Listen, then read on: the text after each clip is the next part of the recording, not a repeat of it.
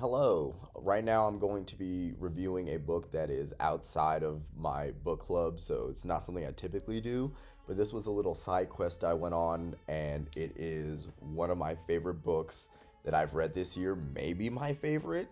It's called Someone You Can Build a Nest In. Absolutely gorgeous and captivating cover, and an even better story. And so let's get to it. It's about this monster, and this monster is like a shape shifting monster. You can think of it as an amorphous blob that can eat and assemble whatever it eats into its body to use however it sees fit. If it eats a person, it can use that person's body parts to assume that person's shape and identity. If it eats an animal, it can do the same, or it could use those body parts, meld them down, try different shapes and shit. Like it's just a shapeshifter, and it can do this with both organic and inorganic material, and she just finds a way, right? So she lives in a pool of water at the bottom of an abandoned mansion, and the book starts with these three people coming into her mansion to come and kill her as she's coming out of hibernation. Two of them are monster hunters that are hired by the third guy. The two monster hunters are called Malik and Rourke, and they're hired by an asshole that owns the land. His family owns the land, and he hired the two of them to come with him to come and slay her, which they call the Worm of Underlook. Underlook being the place. So they pull up to her crib, and homeboy that owns the land, his name is Catharsis Wolfier. His family owns the land.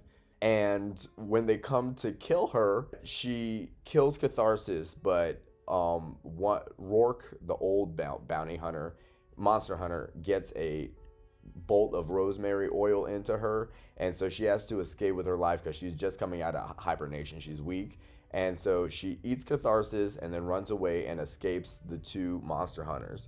She wounds Rourke before she escapes, so Malik is busy trying to bring his mentor back to life, and she pieces out and she runs to the town of Underlook, and she assumes a human guise. It's not perfect, but she has a little hood on, and she goes into the town, and she's looking for victims to eat so she can become stronger. She comes into the town and she sees that there's a celebration going on. She's like, what the fuck is all this? And she sees that is a celebration of her death. The town thinks that these people have succeeded already, and they're just like, yeah, fuck the worm, whatever. And she is incensed, but she's like, whatever. She picks this rich looking dude that starts trying to talk her up, and he's like, hey baby, like come and get a piece of this. And he's like talking to her, and she's trying to get him into a secluded area, and then suddenly the partying just stops. And then she looks around and she sees the two monster hunters rolling up, and they're like, yo, we failed, yo, the worm could be here in disguise right now. And then someone is like, hey look, it's her. And they all turn to her and they're like, get her. And so she hops on another horse, and she's riding and she's riding, and they're chasing her, and then she goes skrr, and then there's a cliff, and her and the horse go pew. Maybe the horse doesn't go over, but she goes over the cliff, falls over, and there's like water on the bottom, right? It's so beautiful because this is where the book is split into like six sections. The first section ends here, and the next section is called Several Kinds of Falling. And it's because she fell off the cliff and they're about to fall in love. And oh, but anyway, so she falls off the cliff, right? Next thing we know, she wakes up and she's wrapped in quilts and blankets, right? And she's in the arms of a woman that has rescued her from falling over the cliff. She's pulled out the crossbow bolt that was killing her, and she's sutured up the wounds, and she's taking care of so the monster's name is Shishi Shen. I guess this is kind of late to tell you, but that's the truth, Ruth. And so Shishi Shen is astounded because this is the first time that she's been treated as anything but a monster, and the lady that's taking care of her doesn't know that she's a monster. I guess her human disguise is good enough in this instance, and so she just nurses Shishi Shen back to health. And as this process is going on, like Shishi Shen is falling in love with her but not really knowing it because she's never experienced even companionship besides a blue bear that she grew up with, but we'll get to that later. Whole time Shishi Shen is riding with this lady, they are headed back to Underlook because the lady has some business there. And so she's like, I'll get you to a hospital once we get there. Shishi Shen considers killing the lady, but she kind of likes her, and like she's super weak. She's barely alive. This lady is that rescued her is actually like pretty strong and brawling. So she's like, I'm a chill, right? They go to this inn in the town called the Red Dragon Inn, and they get a room together. While Shishi Shen is supposed to be resting and recovering in the room, the woman is like, you just rest here. I'm gonna go take care of my business. But Shishi Shen gets anxious waiting for the lady because she likes the lady. And so she's like, let me go see what homegirl's up to. She goes to the town hall where, like, this town is super tiny. So the town hall is like the main building and they're having a dance. And she goes and she sees that she sees that the woman is at a table that is surrounded by 3 empty tables and then everyone else. So it's like she's super ostracized by everybody. And she's like, why are they treating this woman this way? And so she walks up to the woman and she's like, may I have this dance? And then she dances with her and she tells her, she's like, these people don't appreciate you. Come back with me to my crib. Like, I live in the like edges of town. Like, they won't bother you there, baby. Come with me. The woman is like, hey, like, I'll take you up on that offer. And so Shishi Shen goes and finds the dude that she almost ate during the festival that was flirting with her. She finds him again. His name is Laurent. And she's like, hey, bro, like, you know what I am. I'm undercover. If you try to expose me, I'm going to fucking murder you. And I have a job for you. I need you to get some buddies. You know, he is a noble. So she's like, get whatever you got to do, get a crew together, hoof it over to my mansion because it's a piece of shit that's broken down for years and years and years. Go clean that up before me and my boo get there because I need her to think that, like, I'm on the level, right? Because she still hasn't revealed that she's a fucking monster, right? And homeboy, apparently this is his kink. So she doesn't know this until later, but he gets off on her talking down on him. So he's like, hey, bet. And so he gets a group of people and they head to her place to clean it. Whole time, her and her new boo are slowly making their way back to her mansion home. And like this time, they haven't really called each other partners, but like in Shishi Shen's monster brain, she's like thinking like, this is gonna be the mother of my children. We'll get to that a bit later. As they're traveling, the whole time Shishi Shen's in her brain, like trying to figure out the best way to tell this woman that she wants her to be her partner, because what that means for Shishi Shen is Shishi Shen laying her eggs inside of this woman for those babies to then eat their way out of and consume her. And so she's like, how do I like propose this to Shota? Be like, hey, I'm a monster. I'm not a human like you thought I was. And I want you to have my egg babies. And so the whole time she's thinking about this, suddenly 3 bandits come upon the road. And they're like, hey, yo, this is the land of Wolfear. If you don't pay the toll, we're going to fucking kill you. And Shishi Shen is like, kill who? And murders them. Her boo doesn't really see anything because she was busy getting kidnapped and beat up. Shishi Shen turns up and she murders all 3 of them. And she's like, oh, babe, like, because in that scuffle, her boo gets hit by a crossbow bolt. And she's like, oh, babe, like, don't worry. It's okay. I'm going to get you to my place. We'll take care of you, boo. She hides the bandits' bodies and stuff in the bushes, and then she hoofs it back to her mansion to take care of her girl. While she's taking care of her boo, she's getting ready to just admit to her. She's like, hey, boo, like, you know, I'm taking care of you. You already took care of me. I think it's kind of time for me to let you know that. And the woman is like, wait, I also have something to tell you. And, you know, Shishi Shen is a monster, so she's not really good with words or very proactive about using them herself. So when Homili's like, no, wait, I got something to tell you, Shishi Shen is like, okay, hold on a second. But then the woman is like, I have something to tell you. My name is Homily Wolfear. Wolfear, catharsis is Wolfear, that last name. She's like, my name is Homily Wolfear. The reason why you found me, I found you drowning off that cliff is because I'm hunting for a monster that cursed my family line, the Worm of Underlook, aka Shishi Shen, even though Homily does not know that's who she's saying this to. Shishi Shen is heartbroken because she's like, oh my god, I gotta kill my new boo. So she's like, give me one moment. And she runs down to like the little basement of her mansion, and she goes to the bottom of the pool that she hibernates in, and she screams. After she screams at the bottom of her pool, gets all that rage out, she's like, okay, I'm ready to go kill my boo. So she's going upstairs to go murder her because she's like, hey, it's never gonna be me.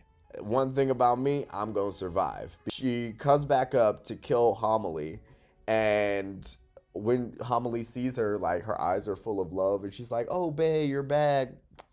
And not actually kissing, but she's like, oh, like, I missed you, blah, blah, blah. Completely melts Shishi Shen's heart, and so Shishi Shen is like, oh, yeah, I just left because I just wanted to tell you that I'm gonna help you find and kill the Worm of Underlook. And so as the chapters progress, we see Shishi Shen come up with these harebrained schemes. She puts horns on a sheep to try and pretend that that's the Worm of the Underlook. And like, she was hiding in the bushes with Homily. She was like, there it is, there it is. And Homily was like, bro, that's a sheep with horns attached. And Shishi Shen's a monster that has no socialization. So she's like, damn, how should she not fall for that? She learns on this hunting trip, Homily tells her that Shishi Shen's mother killed Homily's dad. And Homily's mother killed Shishi Shen's mother in revenge for the dad. And so, in the story of Homily, after Shishi Shen's mother was killed by Homily's mother, one of Shishi Shen's mother's children, aka Shishi Shen, escaped from whatever battle that was and cursed their bloodline. But Shishi Shen is like, I didn't curse no bloodline, so I don't know what you're talking about. But she doesn't say that and can't say that because she's still hiding the fact that she's the monster. By the way, Homily thinks her name is Shaban, not Shishi Shen. So she's like completely pretending to be a whole different person while she's hunting herself and learning this lore about herself. After they have a couple unsuccessful hunts, they go back to the mansion. Shishi Shen sneaks away and she eats all the bodies of the bandits that she hid in the bushes and takes it back to her lair and takes it back to like the basement lair, and she stuffs all their digested meat that she processed through her body. She leaves like a large amount of it down there, and she's like, if I ever need to come down and like get a quick meal or a bunch of energy, I can come and consume this and I'll be good again, right? Because she is preparing to go with Homily to town, because Homily is like, my mom is calling me back. And so Shishi Shen is like, I'm gonna come with you because one, I love you, but two, I'm gonna figure out like, what's all this business about me cursing your line, because this didn't happen. So she's going with Homily. They both go to town, and Shishi Shen meets Homily's younger sister by a couple years, Epigram. I think she's the younger sister by like 6 to 8 years, but her name is Epigram, and she's super cocky, super self-sure, super cruel, just like Catharsis was. When they run into her, Epigram demands to know why Homily ran away from home, because apparently Homily ran away from home. Epigram is like, you know what our mother is like, and you still left, and you can see her guilt tripping. And Shishi Shen has not been around civilization, but she can clearly see the way that Epigram is like jabbing emotional knives into Homily, and Homily is just like putting her eyes to the ground and shit. And she's like, you're not gonna keep doing this to my boo. So she's like, all right, onto the list of people I will eventually kill. And Epigram tells Homily, mother is waiting for you, go apologize to her, and then after that meet with me because we have some stuff to talk about. And Homily's like, okay. Her and Shishi Shen go to meet Homily's mother, the Baroness, and when they meet the Baroness, Shishi Shen realizes that the necklace around the Baroness's neck is actually her mother's old jaws, which are a pair of metal jaws, because I told you that they can assimilate both organic and inorganic material into their body. So Shishi Shen is like, okay, another person that I'll eventually have to kill onto the list. And this is exacerbated once she sees how the Baroness starts to shit on Homily just like Epigram did. And she's like, bro, your family are just full of pieces of shit. And the Baroness puts the blame of Catharsis's death on Homily as she reveals that Catharsis died. She was like, while you were running off, your brother died. Like, she puts all the blame on her. And Homily is torn apart because, like, Catharsis was a piece of shit, but he was her brother, and she all feels all this responsibility because her family constantly puts everything that's bad that happens kind of on her. They kind of treat her as the heel for all their frustrations. As Shishishin feels like all this vicarious pain by watching them shit on this woman she loves, she starts to feel a pain inside of her, something like a heart, something that she does not have. I told you she's a blob of amorphous jelly flesh. And so she's like, bro, like, I've never had these emotions, because she's also never had like a partner or experienced love like that. But she's like, I've never had this feeling either. And she's like, bro, what's going on with me? Like, I'm changing. She learns she's growing a heart, and that is giving her blood, because she accidentally cuts herself and blood comes out. And she's like, bro, I don't have blood. I don't have a circulatory system. But she's grown a heart and she's circulating blood, and she's like, bro, this woman is literally changing my physiology. So gorgeous. It's so nice how gorgeous and gross this book manages to be all at once, you know? After Shishi Shen leaves, the Baroness pulls Homily to the side, and she's like, yo, cut that Shishi Shen girl out of here. I don't want to see her tonight when we have dinner, because the Baroness likes to isolate Homily so they can all shit on her. Shishi Shen don't give a fuck, and she's not a human, so she sneaks to Homily, and she's like, Homily, you tell me, do you want me there with you? And Homily's like, yes, please be there with me. And she's like, bet, I'ma sneak in. So she gets Laurent the noble to sneak her in, so she comes to the banquet. And at that dinner, Epigram proposes, because now that Catharsis is dead, she's like the new one that's like, I'm gonna go kill the worm of Underlook. So she's like, I have a perfect plan. There is rumors of a blue bear that be hanging out with the worm of Underlook.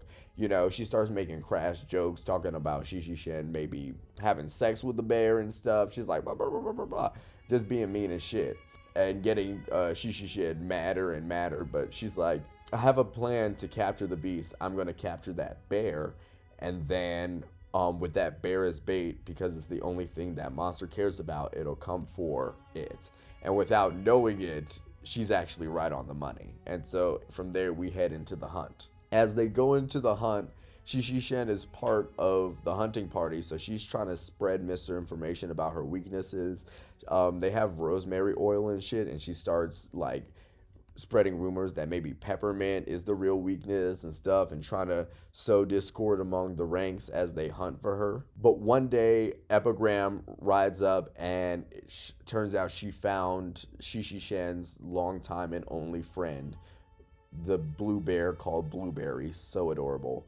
And they tie up Blueberry in the middle of their yard, strapped down. Blueberry was poisoned, so she's throwing up and then sitting in her throw up because she can't move. And Shishi Shen is just staring at it, and she's feeling so bad.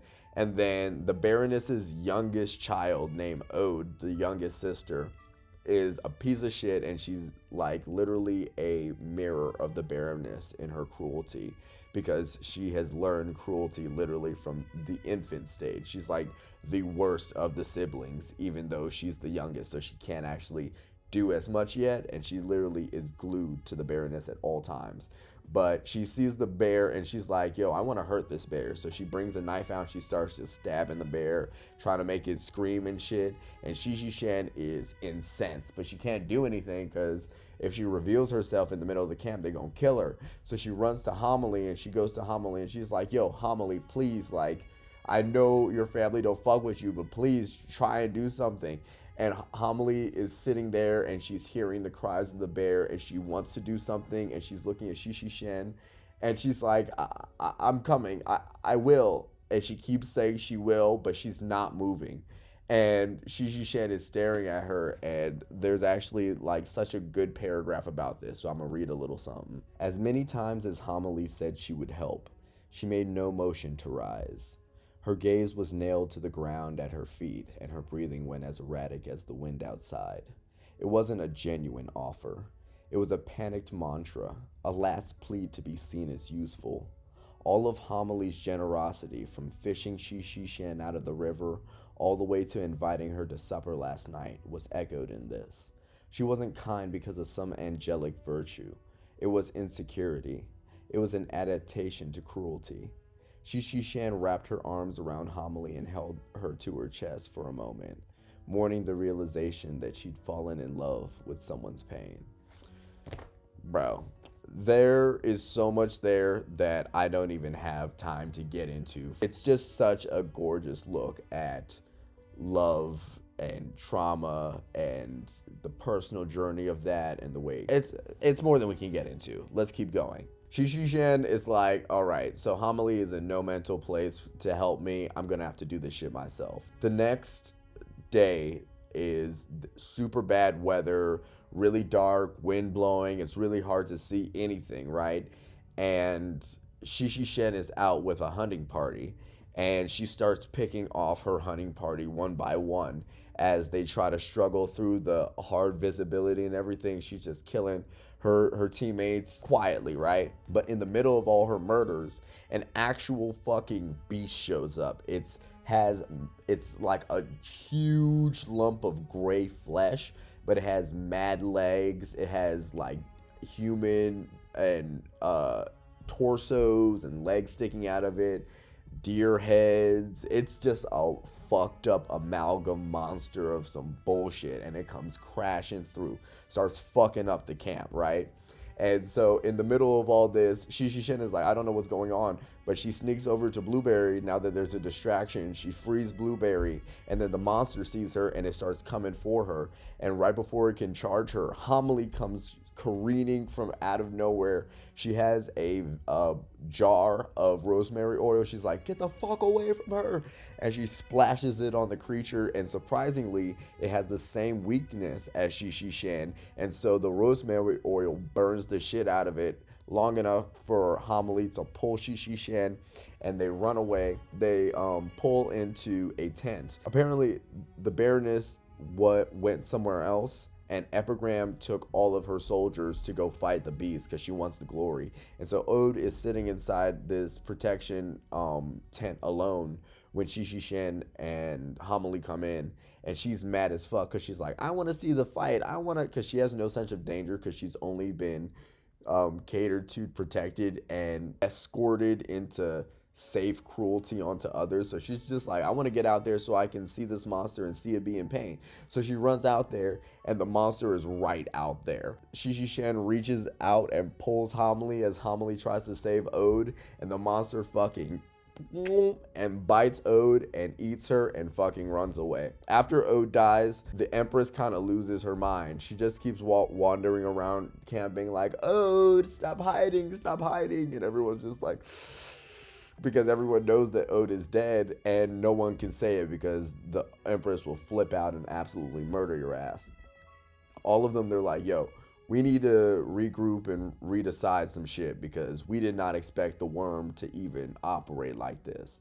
So they all head back to Underlook, and Homily and Shishi Shan head into the Red Dragon Inn. This is merely a stop for Shishi Shan because Shishi Shan is like, I have to go back to the mansion and eat that huge wad of flesh I left there to get strong, because if this monster is coming after Homily, then I need all the strength I can get to protect her because that's my boo. Not only that, but her family is terrible to her, and I need to kill them, so I need all the strength I can get. So she's like, boo, you stay in the middle of civilization, stay in Underlook because this is the safest place you could be. She's like, I gotta go run some errands real quick, I'll be right back. Before Shishi Shin leaves, they kind of sit together and talk for a bit, and Homily tells like the past of her family, and she tells Shishi Shen that the Baroness and Catharsis, the dude, was quite older than Homily. So him and the Baroness were off campaigning, murdering people. They were really close because they were terrible people together campaigning, right? Meanwhile, Homily was left at home. And then when Epigram came, Epigram was love starved like Homily, but Homily had had years of being the punching bag for her family, and Epigram glommed onto that mindset as well. So she started torturing Homily, and she had like the time to really torture Homily because Catharsis and the Baroness would be gone, but Homily actually spent time with Epigram, and Epigram would literally take things as far as to one time she slit Homily's throat and almost kill her because she made Homily play as if she was the worm of Underlook so she could kill her because she was so desperate for the Baroness's attention, and that was the only avenue that she saw as a gateway to the Baroness's love, and it allowed her to get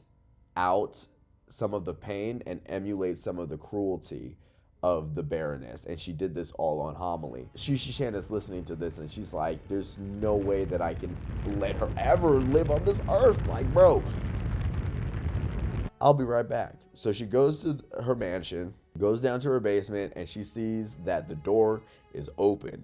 And she sees there's a trail of slime leading out. And she's like, holy fuck. Now that I think about it, that gray ball of flesh looked a little bit like the gray ball of flesh I left here. It had pulled in and assimilated other things like my body can do. It was hurt like rosemary oil. Is this thing somehow a sentient part of me that's moving around? And like my urge to kill the Wolfier family was expressed when it came to come kill the Wolfiers, but its attraction to me was its attraction to its other half of itself. So she's like, holy shit, I need to get back to town and protect Homily because one, the monster might be coming after her because she's a Wolfier still, and two, like I can't spend no more time here to recover. Like she is deeply in love with Homily at this point. She's like, I can't even waste any time. I have to just get back to Boo. So she comes back to Boo. Whole time it's a risk for her because by this time her heart and the pain and the aching, like it's learning all these things, going through all these emotional things, her heart keeps hurting. Her body, because it's so amorphous and it can move around, like her heart, how humans will be like, oh, my heart's jumping around, like hers is actually jumping around, stabbing her insides and shit, and it's trying to escape through her throat. And she's like, bro, what the fuck is going on? And now that she has a moment by herself, she just rips her chest open, reaches in and pulls that shit out, and she's like, oh my god, it's not a heart, it's an egg. It's an egg that is so consumed with her natural instinct to lay eggs in what she deems chemically as a partner, that part of her is trying to escape her body and just plant into Homily so those eggs can hatch. And she's like, bro, I don't want to do this. And the heartbreaking thing is she's like, I know that Homily would most likely say yes if I said I need you to be a host for my eggs, because Homily's only idea of love is self-sacrifice, and that breaks Shishi Shen's heart because she's like, I truly love you and I don't want you to die. So like she's fighting her own body's biology that's literally killing her, but she's like, bro, I'ma still do that. I'ma keep it G. I still gotta go around Homily because it's worse when she's around Homily. But she's like, I still gotta go around her and protect her. So she heads back. She pulls up to the Red Dragon Inn, and Epigram is there with Malik and Rourke and maybe a couple other people in Homily, and they're discussing how to trap the Worm of Underlook again. And they come up with a plan to use a Wolfier as bait. And clearly this is Homily that gets chosen for this.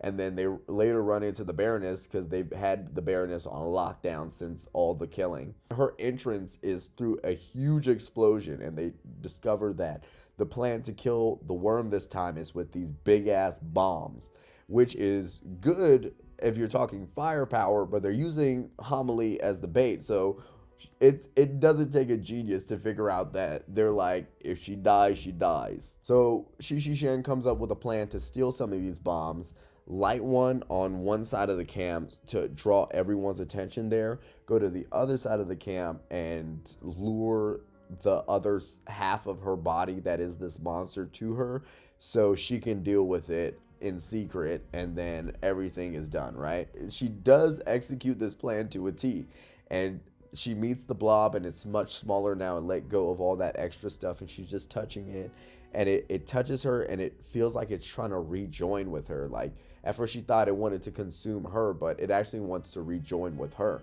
And she's like, I don't really like, I actually don't know if I want to do that. Like, I'm not feeling that. But before they can even decide what this means for them, the Baroness comes out of nowhere with a spear, and she's like, hi-ya! And she tries to kill the thing, and so the thing runs off into the forest. The Baroness is like, after it! And so all the people are after it, and including Shishi Shen. And Shishi Shen lures the Baroness into a little secluded place. She's like, wait a minute. This is the perfect chance for me to murder this bitch. So while the Baroness's neck is turned away, Shishi Shen uses some of her tentacles and she fucking murders the Baroness, sticking her tentacles through the Baroness's neck, killing her. And then she tries to take the jaws that belong to her mother off the Baroness's neck. But when she pulls it, it doesn't come off all the way. And then she tries it again and she gets fucking stabbed through by the Baroness. And the Baroness comes back to life and she starts fucking Shishi Shen up, just stabbing her full of holes. She has these long ass claws and she starts digging them into Shishi Shen's body, and she's searching around and she's like, where are your eggs? Give me your eggs. I'm looking for them. And Shishi Shen is like, what the fuck are you? Like, you should be dead. And she's like, I can't believe it's taking you this long to understand. I'm your fucking mother.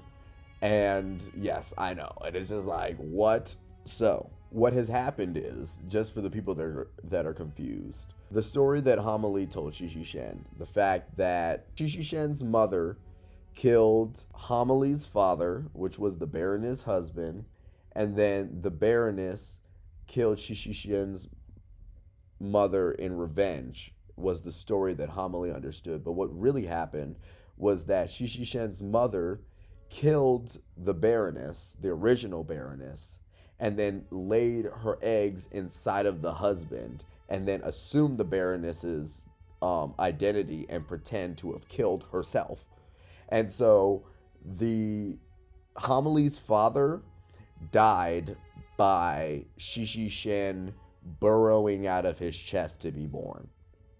And the reason why Shishi Shen's mother, the Baroness, is searching for Shishi Shen's eggs inside of her body is because apparently Shishi Shen's species only gets one egg in their lifetime. And after you lay that egg, like, it's grits. But if you can eat someone's egg, then you can extend your lifetime. So the Baroness was like, instead of me laying you as an egg and just eating you, it's a much smarter idea for me to lay an egg, let you grow up, and then you lay an egg, and then I can eat your baby.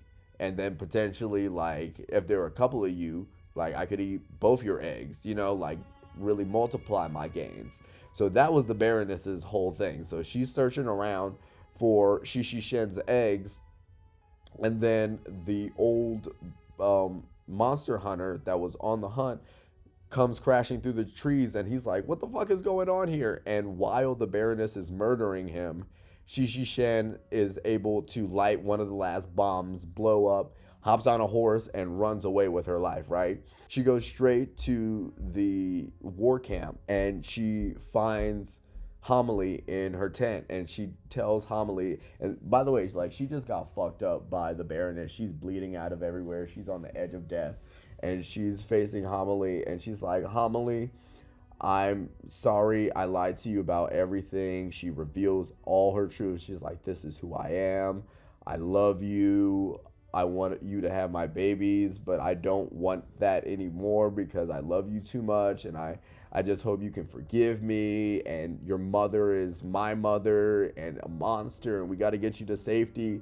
And then she looks, and it turns out it's Epigram, and not Homily. And Epigram has a rosemary crossbow bolt, and she fucking shoots Shishi Shen. Shishi Shen is wounded by yet another crossbow bolt and passes out. When Shishi Shen comes to, she sees that Homily is there because she's been summoned by Epigram. And Epigram starts making fun of Shishi Shen for confessing her love to Homily, and she's making fun of the curse and everything. And Homily's like, why are you making jokes about the curse? And Epigram is like, bro, I never believed in the curse. Like, you really believed in that curse? And Homily's like, so you just tortured me to torture me? And Epigram is like, of course, what'd you think?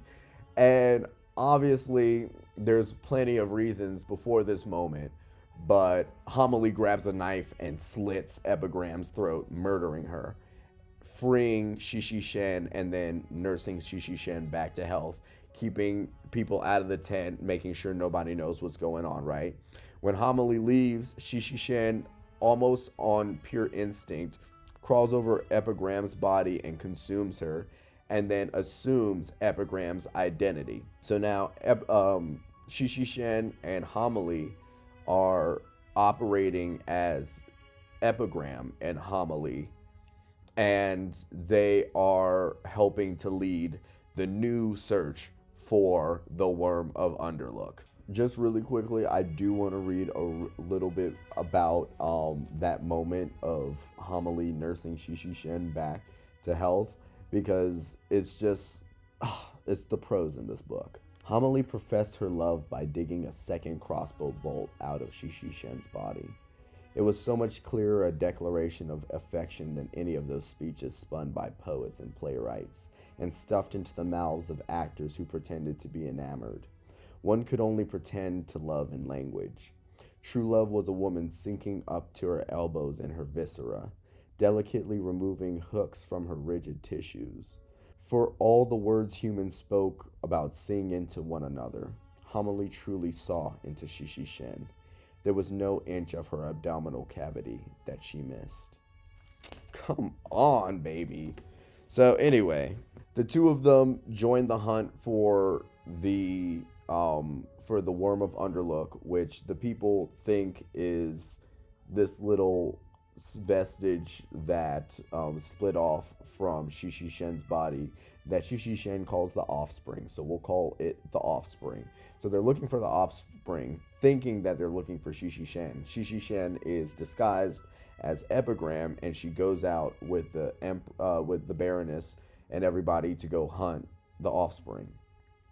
And she sees the offspring dip out into one of the abandoned buildings, and she tells everybody, it went over there, opposite direction. Everybody runs over there, and she sneaks down to meet the offspring. And while she's talking to the offspring, being like, yo, you got to get out of here, like, you got to dip, the Baroness comes over, and she's like, Epigram, what's going on over here? And so Shishi Shen is like, oh, this is my opportunity to try and kill her again. She's like, come down here, mother. The Baroness comes down there, and then she asks Shishi Shen an inside joke about that her and Epigram have. Shishi Shen don't know it, and then the Baroness starts attacking Shishi Shen again. She's like, I know that's not you. She, once again, is stabbing her up, digging her hands inside, searching for Shishi Shen's eggs. And Shishi Shen this time is almost out of luck. But before she came down into this basement, what she was planning to do, she had a jar of rosemary oil, and she was planning to smack the Baroness in the face with it. But now she's pinned up against the wall, so she absorbs the urn into her body, puts it right up against the egg, and has the egg suck up all the toxic rosemary oil juices. And then she allows her mother to find it. Her mother plucks it from her body and then eats it, full of this rosemary poison, and it starts killing her from the inside out. And she's like, yeah! She stumbles out into the street, and then everybody sees this Baroness who's a half-melting monster now. And everyone's like, get that monster! And so they take all their weapons and they beat the shit out of her on the street. And then, like, a little vestige of the Baroness tries to sneak away, and the monster hunter, Malik, shoots a crossbow bolt, killing her and avenging his mentor, Rourke, even though he doesn't really know the Baroness is the one that did that, but yes, it was. From there, the book has one more like whole section that I won't get into because it's not essential to know for the plot, but it's so gorgeous. And I love it so much because it's a whole portion of the book dedicated to dealing with the aftermath of the climax, you know, and like the hard work of love and all the struggles that Shishi Shan and Homily have to go through to work through the traumas that they acquired throughout their lives from their families and shit. And they're interconnected traumas of their family, you know? And there's a lot of pain and growing and trust and exercise and slow change and nightmares and getting better and getting worse again and trying again. And there's all of that in that last section there, and them learning to break the generational cycles of pain between their families. And it's just such a gorgeous book about how humans often create our monsters, how to find answer between conflicting interests, and how love is an element of healing, but it won't heal you for you. You know, it's just so many good things. This is exactly what I want from Romantasy. It's so tender, it's so different, it's so unique, and it's beautiful. And so I just had to report on this book. And so someone you can build your nest in. John Wiswell, Kingkhu, peace out.